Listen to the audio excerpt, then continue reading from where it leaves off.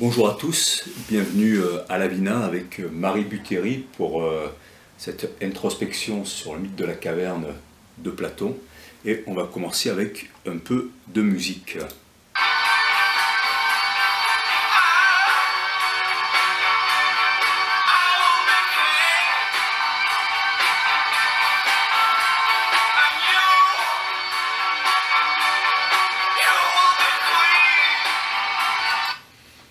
Alors, tu connais cette chanson, Marie? Oui.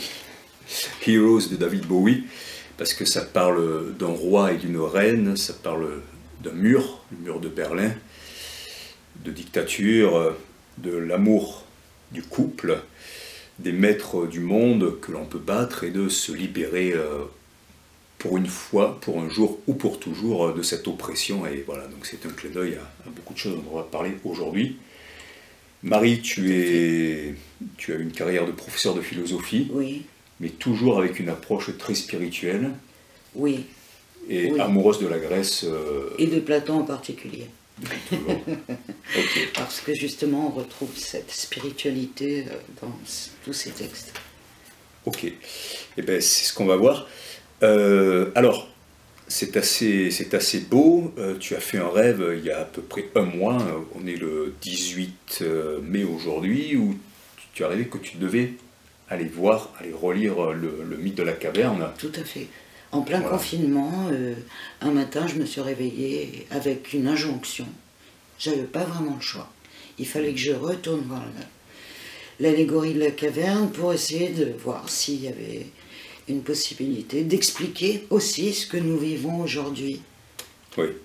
Et donc, comme le philosophe de la caverne, eh bien, là, nous sommes sortis du confinement, mais nous sommes pourtant toujours dans la caverne, on va le voir.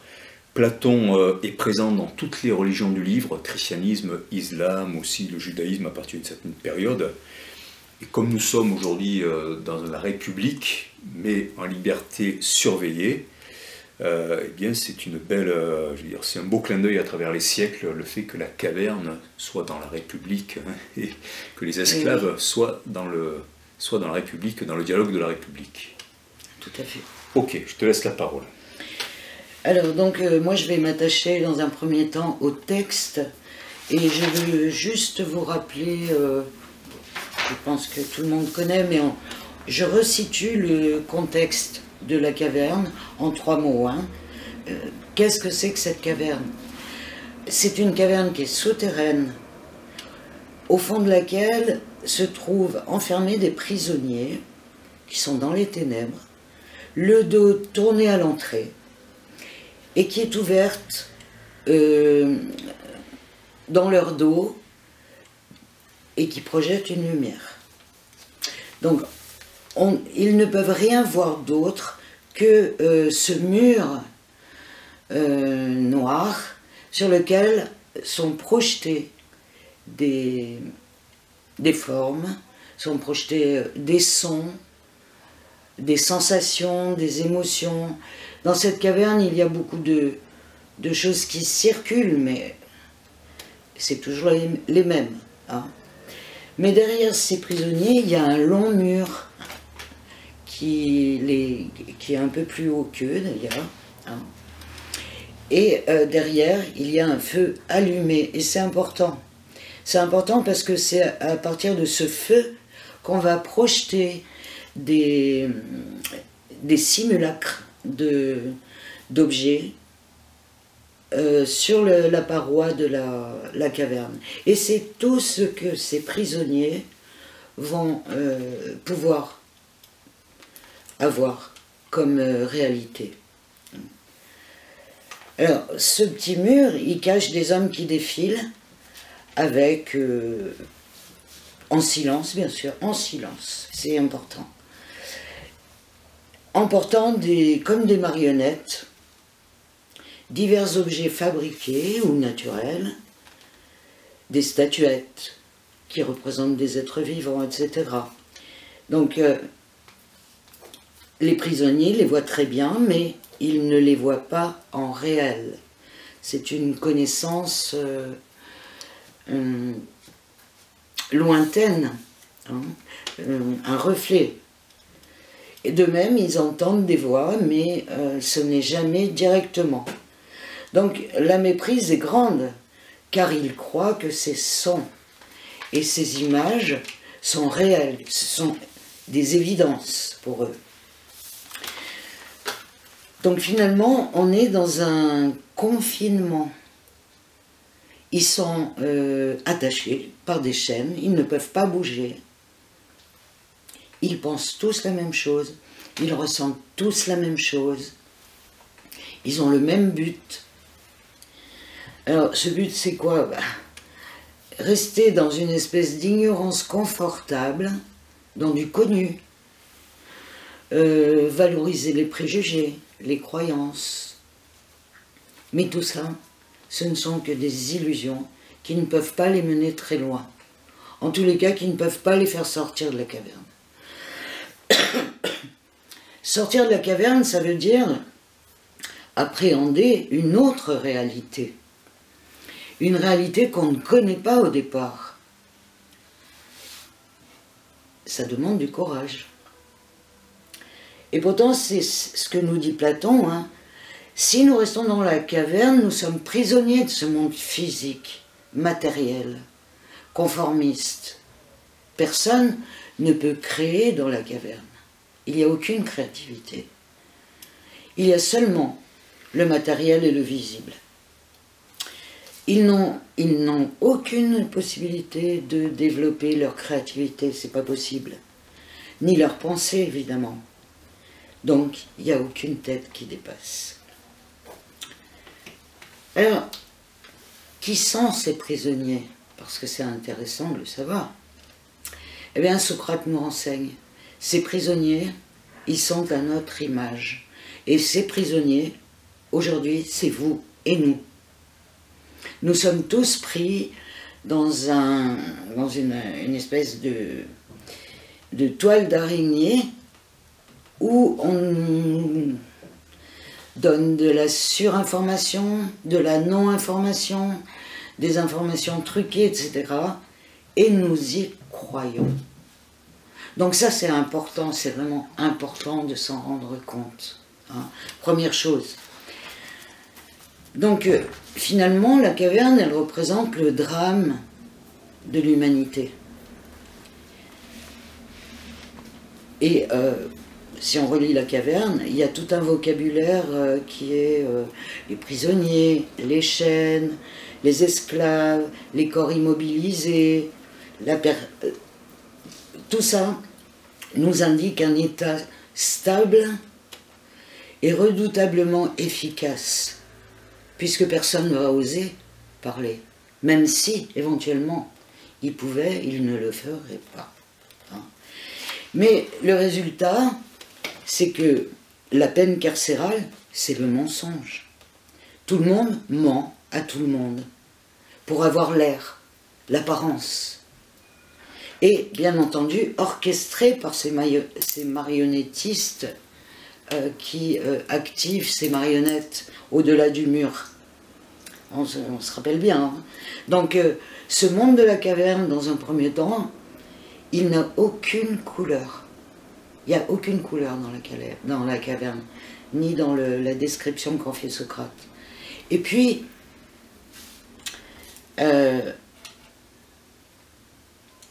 on peut imaginer, mais ça c'est peut-être dans un deuxième temps, je ne sais pas si François, tu as quelque chose à dire sur la caverne. Tu es arrivé au bout de la description de la caverne là? Oui, oui, okay. Oui. C'est-à-dire monde sensible oui. qui interpelle nos instincts les plus bas, ça c'est sûr, nos vices, tout ce qui ne valorise pas des valeurs comme la solidarité, etc., la spiritualité, là-dedans il n'y a rien. La beauté. La beauté, bien sûr. Voilà. Oui, alors, quelques points, effectivement, je les prends.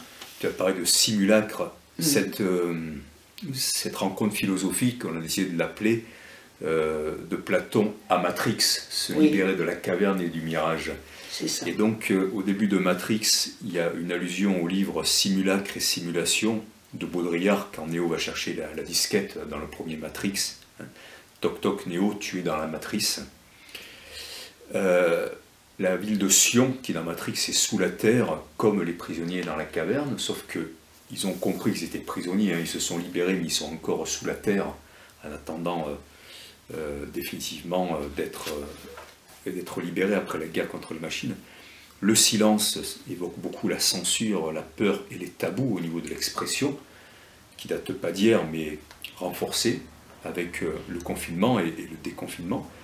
La consommation qui s'oppose à la création, hein, nous devons être condamnés à consommer. Consommer et diverti, les deux sont liés. Hein. En Grèce antique, on divertit les gens, la tragédie, les Dionysies, etc. Oui. On ne les laisse pas comme ça. Voilà, hein. Donc finalement, c'était finalement pas toujours mieux qu'à Rome. Hein. Du pain et des jeux, on avait ça aussi dans la Grèce antique. Hein. Bien sûr. Il ne faut pas idéaliser. Ah non, non. Du coup, le tititainment, hein, la théorie de Zbigniew Brzezinski, pour garder les gens sous contrôle, c'était un directeur de la CIA, leur donner du divertissement, hein, et les abrutir comme ça. C'est ça. Et pourtant, un monde qui est sans couleur, ça c'est intéressant. Et avec le confinement et le déconfinement, on a tendance aussi à enlever toute couleur et toute saveur au monde. Hein. Ça devient extrêmement triste. Le silence avec les masques qu'on doit porter, soi-disant pour nous protéger. Bon, là, on va être prudent, mais c'est très controversé, ces masques-là. Et puis, les murs, évidemment, c'est les écrans, parce que nous sommes dans une société écran, dans tous les sens du terme. On passe du portable à l'ordinateur, à la télé, avec des caméras partout, par lesquelles les maîtres de la caverne, qui sont, ils sont derrière les murs. Ils sont silencieux, mais ils sont là. Voilà. Ils sont là. Et le mur, du coup, tu vois, je pense au mur de Berlin, avec des deux côtés, que ce soit des capitalistes ou des communistes, qui nous gardaient chacun d'une forme de caverne, soit par le divertissement à tout va, comme dans le bloc de l'Ouest, soit au contraire par quelque chose de beaucoup moins marrant, avec aussi de l'oppression et des ombres dans le bloc de l'Est. Oui. Voilà.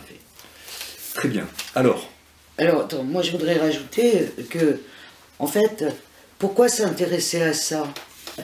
Parce que il est urgent, comme nous le dit Socrate dans la caverne, de retrouver notre autonomie, notre liberté de penser. Est-ce qu'on va continuer à laisser le pouvoir aux marionnettistes de la caverne, aux lobbies aujourd'hui, aux médias, à tous ces discours politiques qui sont là pour nous endormir, ou est-ce qu'on va se bouger un petit peu et faire tomber nos chaînes? Parce que c'est quoi ces chaînes? Personne d'autre que nous ne nous a enchaînés. Nous tenons à notre confort, c'est bien ce qu'il faut bien comprendre. C'est difficile de sortir de cette... on est une espèce grégaire. Et penser différemment, c'est vraiment très difficile. Essayez, vous allez voir. Il faut avoir du courage, de la détermination, et puis être convaincu surtout. Donc, il faut faire un tri entre toutes les informations contradictoires que l'on nous vomit à longueur de journée. Donc ça c'est la doxa qui est fabriquée comme ça. Oui, la doxa, c'est-à-dire l'opinion. La doxa, c'est l'opinion.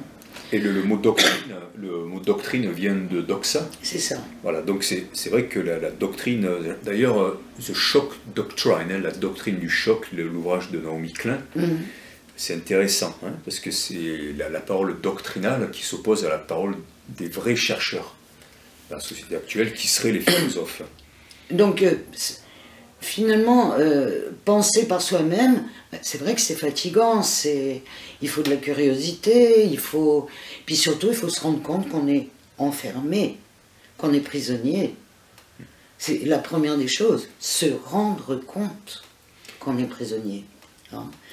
Et que finalement, on est prisonnier, on est enfermé dans un matérialisme infernal, qui est programmé, qui est entretenu. Et peut-être que ce confinement va ouvrir les yeux à pas mal de personnes, c'est pas sûr, on verra bien. Donc, dans le livre 7 de la République, dans la caverne, Platon nous donne une stratégie pour en sortir, pour redevenir ce qu'il appelle des philosophes rois. Hein. Donc je suis dans la deuxième partie, c'est-à-dire la sortie de la caverne. Comment est-ce que c'est possible? Et là, on a une petite, comment dire, hésitation, parce que dans le texte même de Socrate, il nous dit, imaginons que l'on force un prisonnier à sortir de la caverne. Donc là déjà, ça donne la difficulté de le faire par soi-même. Mais une autre interrogation, qui est celui qui force ce prisonnier à sortir de son carcan, en partie volontaire, hein, j'insiste, hein, sortir de cette tragique condition, eh ben, tragique condition, pourquoi? Superficielle, monde superficiel. Pas d'entraide, pas de solidarité. Hein. Tout est imposé de l'extérieur, il ne sort rien de la caverne. On subit. Hein. Exactement comme aujourd'hui on subit les pseudo-experts. Hein. Donc, oui, c'est possible, mais il faut s'interroger sur qu'est-ce qui peut nous faire sortir de la caverne. Moi, je dirais, comme Socrate ne le dit pas explicitement, qu'il y a en chacun de nous, nous avons une âme, cette âme, elle est immortelle, et elle réside dans un corps.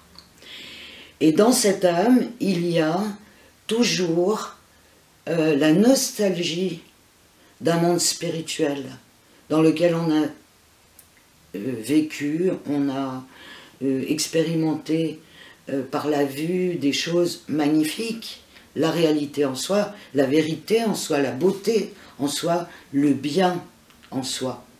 Et ça, on en a gardé une petite graine. Platon dira dans un autre dialogue que c'est cette petite graine qui est l'étincelle divine en chacun d'entre nous. Mais on est capable de l'éteindre, pas de l'éteindre, mais de ne pas l'écouter en tous les cas. Donc, il est possible de sortir de cette caverne si nous retrouvons cette étincelle que l'on peut appeler Eros dans un premier temps, puisqu'on est dans le monde de la caverne. Donc on est dans le monde du corporel, des sens. Donc Eros, c'est tout ce qui est sexualité,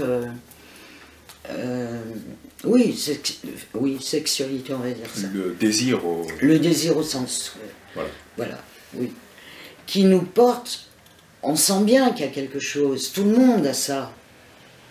Mais on peut en rester à ça, c'est-à-dire avoir un excès de sexualité, par exemple, utiliser l'autre comme un instrument, etc. Oui, c'est Eros, ça. Mais Eros, c'est juste la première marche. Il existe une autre forme d'amour, qui est l'amour en soi, avec un grand A, c'est agapé, qui s'apparente à Dieu. Donc, on peut sortir de cet exil de notre existence. Nous sommes en exil dans notre propre existence. Et il faut en sortir. Comment peut-on en sortir? Eh bien, Socrate propose un apprentissage. Un apprentissage de quoi? Il y a un certain nombre de savoirs qui sont incontournables. D'ailleurs, Platon a marqué sur son académie « Nul ne peut rentrer ici s'il n'est géomètre ». Donc ça, c'est un prérequis pour rentrer dans l'école platonicienne. Donc la géométrie, effectivement, fait partie de ce savoir, au même titre que l'arithmétique, que l'astronomie, mais aussi de la dialectique ascendante. Et ça, c'est important. C'est-à-dire délaisser les mythes qui sont dans la caverne. il ne dit pas de les supprimer, hein, mais il dit, là encore, c'est comme Eros, c'est le premier pas vers autre chose. Les mythes sont extrêmement importants, d'ailleurs, toute son œuvre repose sur des mythes. Hein. Et dans les mythes, il y a une très grande sagesse. Le mythe, il est facile d'accès, il est pédagogique. Donc il faut le respecter, mais il faut aller beaucoup plus loin, parce que si on reste dans le mythe, eh bien, notre esprit n'est pas rigoureux. Le mythe peut dire une chose et son contraire. Donc il faut passer du mythos au logos. C'est ça la dialectique ascendante. C'est-à-dire rechercher la vérité à travers le logos, ce discours rationnel qui fait que la science utilise, que la philosophie utilise, et qui va bien plus haut que le monde visible, qui peut nous amener au monde intelligible. Donc cet apprentissage est fait pour rigidifier un petit peu notre... le terme rigidifier, pas structurer. Oui, structurer, exact, merci. De le rationaliser un petit peu, tous nos désirs. Platon ne condamne pas l'éros, hein, mais il dit que c'est juste un passage, il faut passer à autre chose, sinon on reste dans la caverne. Donc ça nous aide, le logos nous aide à retrouver notre libre arbitre, et ça c'est important, c'est ce qui nous manque. Retrouver notre liberté de penser, hein. Ne plus avoir peur de ce que le voisin dit. Cet apprentissage, c'est pour ça qu'il doit se faire seul. Et on voit, dans cette sortie de la caverne, le prisonnier qui regarde vers le soleil. Il dépasse le feu que les marionnettistes ont mis en place et qui se voudraient être des évidences. Il faut, comme l'apprenti philosophe, il faut toujours aller voir derrière les évidences. C'est là qu'on peut trouver le chemin de la vérité. Donc ce chemin, il est escarpé, vraiment, il le dit lui-même, il est escarpé. Il faut une bonne dose de détermination. Mais qu'est-ce qui va pousser donc ce prisonnier? Eh bien, je pense que c'est le daimon de Socrate. Le daimon, c'est cette petite voix que Socrate entendait, un petit peu comme ce qui s'est passé dans le rêve, là, où on me dit, t'as pas le choix, il faut aller voir l'apologie, l'allégorie de la caverne. Une petite voix qui dit, voilà, c'est là que tu devrais aller. Mais pour Socrate, on ne lui disait pas d'aller à un endroit, on lui disait de ne pas aller à tel endroit. Ça revient peut-être au même. Donc, écouter son daimon, qu'on pourrait aujourd'hui traduire par intuition, ou par cette petite étincelle qui réside dans l'âme de chacun et qui nous pousse à regarder les autres sans amour aujourd'hui. Et ça n'a jamais été le cas, mais même dans la grotte préhistorique, on ne peut pas vivre sans amour. C'est le ciment de toute société, de tout régime politique même sensé. Hein. C'est ce qui peut nous sauver, je crois. Et ça, Platon l'avait bien compris. L'amour nous sort des ténèbres pour nous indiquer la lumière. Et ça, c'est magnifique. Alors, cette sortie, elle débouche sur quoi? Elle débouche sur ce soleil qui symbolise Dieu, qui symbolise le beau, le bien, le vrai. Et chacun d'entre nous, on peut appeler ça un éveil spirituel peut-être, je ne sais pas si on peut aller jusque-là. Voir la lumière et le soleil, oui. Oui. Je dirais que c'est un éveil, oui. D'accord. Et très égoïstement, on pourrait, du fait même que cette montée et cette sortie de la caverne, elle est notre propre effort, elle est difficile, là, je n'ai pas besoin de l'autre. Hein. Ce qui me tire, c'est cette étincelle d'amour. Ce n'est pas l'autre, l'autre est absent. Je pourrais très bien, finalement, rester en contemplation, en béatitude, en regardant cette lumière. Et puis, m'abreuver, me nourrir, en oubliant tout le monde. Ça, c'est la possibilité. Alors, j'aurais failli à ma mission. Donc, pour cette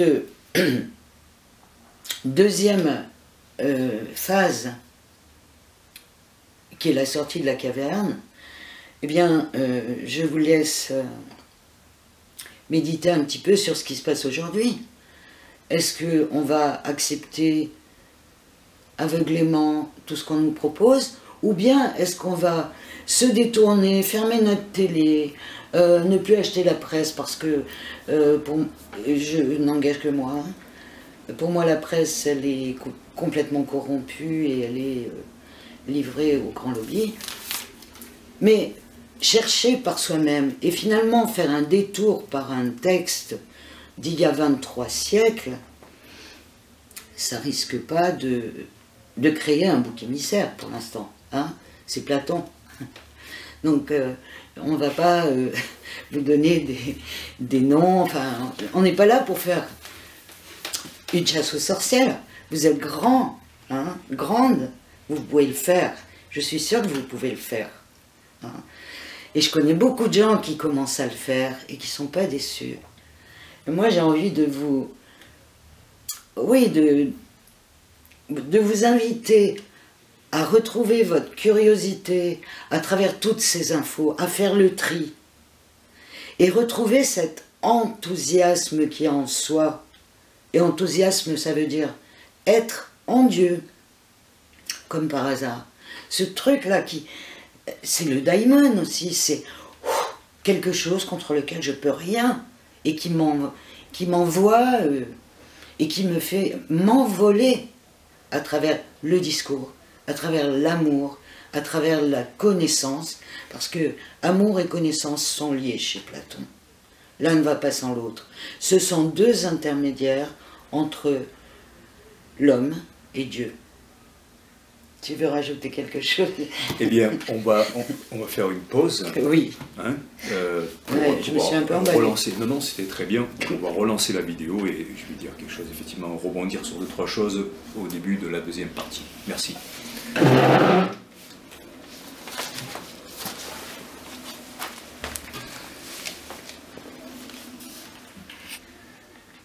C'est bien, il restait 1 minute.